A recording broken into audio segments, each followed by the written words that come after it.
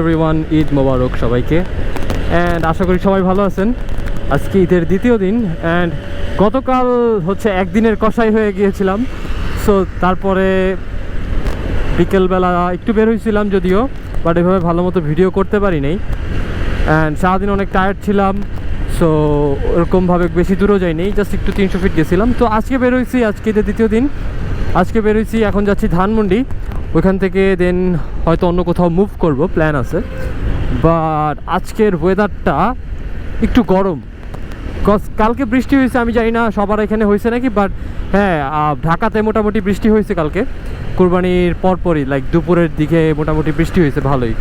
So কালকের ওয়েদারটা খুব ভালো ছিল, ঠান্ডা ছিল। এখন বিকালবেলা হচ্ছে ওয়েদারটা আরও সুন্দর ছিল, আকাশটা পুরো লাল লাল ছিল।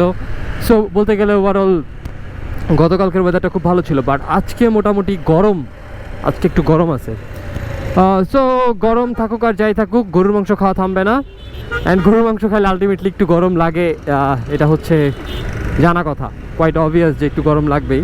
আর তাই বলে কি গরুর মাংস খাওয়া বন্ধ করে দিব বা কমিয়ে দিব? No, impossible. সো আজকে মোটামুটি গরম, বাট এখন সাডেন আবার ওয়েদারটা একটু মানে রোদটা নাই, বেসিক্যালি রোদ নাই। এখন 5টার মতো বাজতেছে, রোদ নাই, ওয়েদারটা একটু ভালো হয়ে গেছে। সো ভালোই লাগতেছে। সো এখান থেকে এখন সোজা ধানমন্ডি চলে যাবো, দেন ওইখান থেকে দেখি কোথায় যাওয়া যায়। আর এই তো, সবাইকে ঈদ মোবারক এগেইন।